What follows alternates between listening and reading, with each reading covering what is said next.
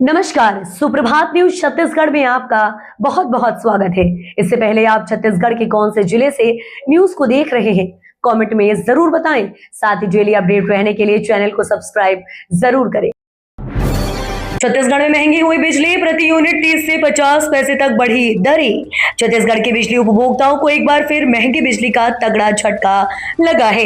राज्य विद्युत नियामक आयोग ने नए वित्तीय वर्ष के लिए टैरिफ की घोषणा कर दी है, जिसके तहत बिजली के दामों में 30 से 50 पैसे प्रति यूनिट तक की बढ़ोतरी हुई है। आयोग के सदस्य विवेक गनोदवाले और अजय सिंह ने आज एक प्रेस वार्ता के दौरान इस नए टैरिफ की आधिकारिक जानकारी साझा की है। छत्तीसगढ़ विधानसभा का मानसून सत्र 13-17 जुलाई तक चलेगा। छत्तीसगढ़ विधानसभा का मानसून सत्र 13 जुलाई से शुरू होकर 17 जुलाई तक चलेगा। विधानसभा सचिवालय ने सत्र की अधिसूचना और कार्यसूची जारी कर दी है। 5 दिनों तक चलने वाले इस सत्र में कुल 5 बैठकें होंगी, जिसमें प्रश्नोत्तर, शासकीय कार्य और वित्तीय मामलों में चर्चा होगी। पहले 4 दिनों तक प्रश्नोत्तर काल और शासकीय कार्य निर्धारित किए जाएंगे। वहीं अंतिम दिन 17 जुलाई को प्रश्नोत्तर और शासकीय कार्यों के साथ गैर शासकीय कार्य भी लिए जाएंगे। सदन में स्कूलों में मंत्रपाठ और कानून व्यवस्था पर विपक्ष सरकार को घेर सकती है। छत्तीसगढ़ के जिले में गहराया पेट्रोल डीजल संकट, पंपों पर लगी वाहनों की लंबी कतारें। केशकाल में पेट्रोल और डीजल की भारी किल्लत सामने आई है।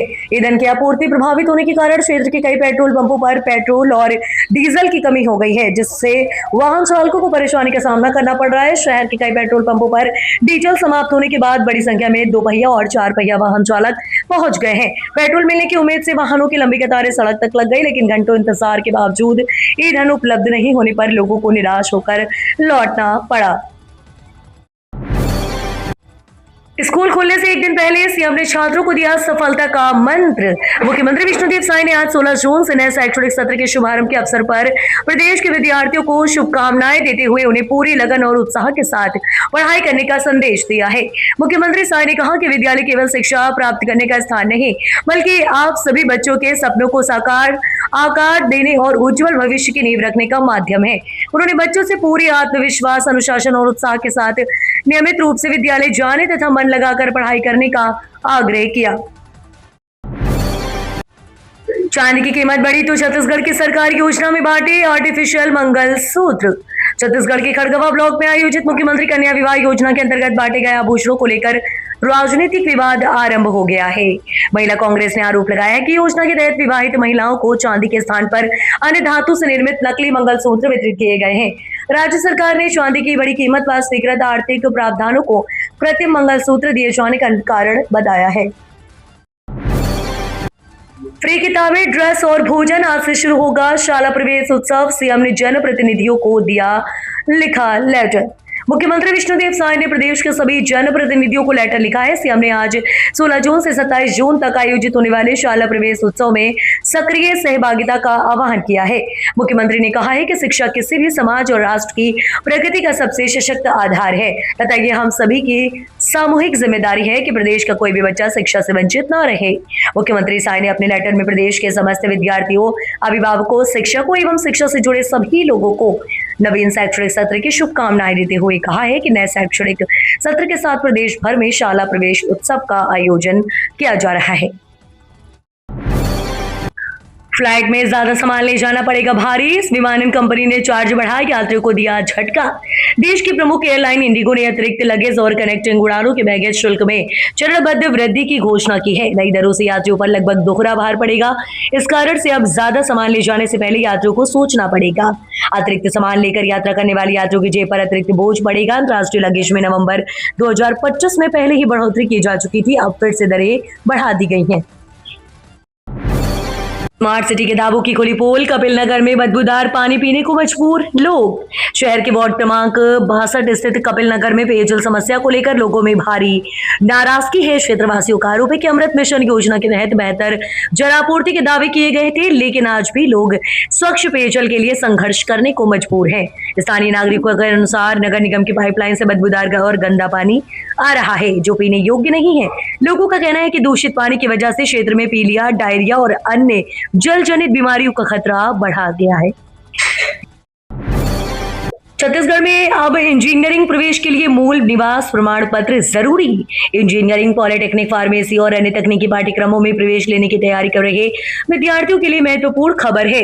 तकनीकी शिक्षा संचालनालय ने स्पष्ट कर दिया है कि प्रवेश प्रक्रिया के दौरान छत्तीसगढ़ का मूल निवास प्रमाण पत्र और आवश्यक होने पर जाति प्रमाण पत्र की मूल प्रति प्रस्तुत करना अनिवार्य होगा। केवल आवेदन की पावती या रसीद के आधार पर प्रवेश नहीं दिया जाएगा।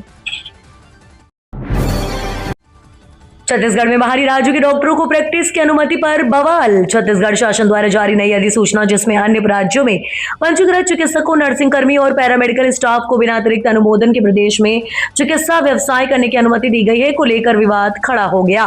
छत्तीसगढ़ डॉक्टर्स फेडरेशन और जूनियर डॉक्टर एसोसिएशन ने इस फैसले का कड़ा विरोध करते हुए इसे प्रदेश के चिकित्सकों के हितों के खिलाफ बताया है। संगठनों का कहना है कि राज्य के हजारों युवा चिकित्सक, चाहे जूनियर डॉक्टर और मेडिकल छात्र, पहले से ही रोजगार के सीमित अवसरों, रिक्त पदों पर भर्ती में देरी और सेवा संबंधी समस्याओं से जूझ रहे हैं। जिला जेल के 200 मीटर की परिधि में अब नहीं उड़ेगा ड्रोन। जिला प्रशासन ने जारी किया आदेश।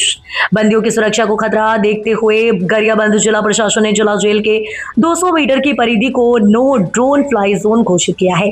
कलेक्टर भगवान सिंह उइके की धारा 128C लागू करने के साथ ही अब कोई भी जिला जेल के इर्द गिर्द ड्रोन नहीं उड़ा सकता। जिला प्रशासन ने बंदियों की सुरक्षा, संवेदनशीलता और कानून व्यवस्था के लिहाज से यह आदेश जारी किया है। वायुसेना के विशेष विमान से पहुंचे नीट यूजी के प्रश्न पत्र कड़ी सुरक्षा के बीच स्ट्रांग रूम में बंद। देश भर में 21 जून को आयोजित होने वाली नीट यूजी 2026 एग्जाम को लेकर तैयारियां तेज कर दी गई हैं। इस बीच छत्तीसगढ़ के जगदलपुर में सोमवार को वायुसेना के विशेष विमान से प्रश्न पत्रों को पहुंचाया गया है।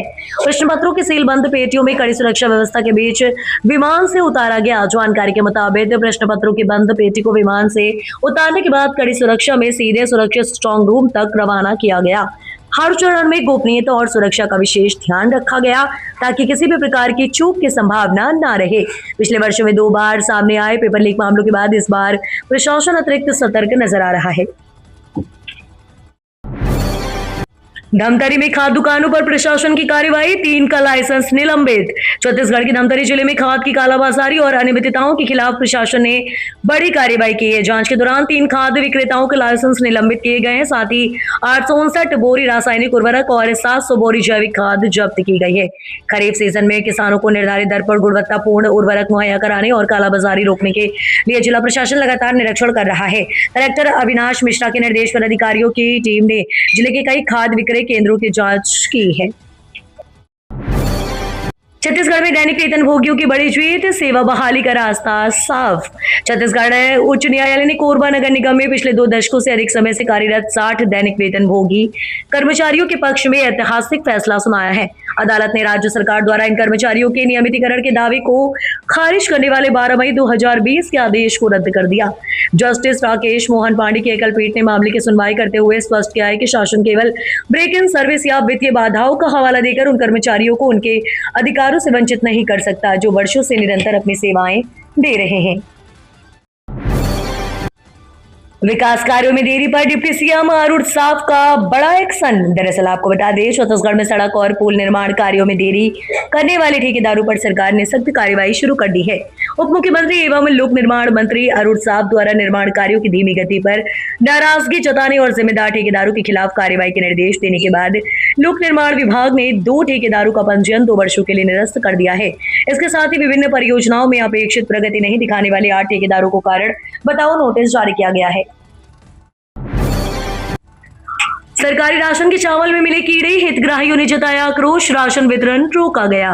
दुर्ग जिले के पाटन ब्लॉक के अंतर्गत सैलूद में सरकारी राशन दुकान से वितरित किए जा रहे चावल में कीड़े मिलने का मामला सामने आया है। घटना के बाद राशन लेने पहुंचे हितग्राहियों में भारी नाराजगी देखी गई और उन्होंने खाद्य विभाग की कार्यप्रणाली पर सवाल उठाए।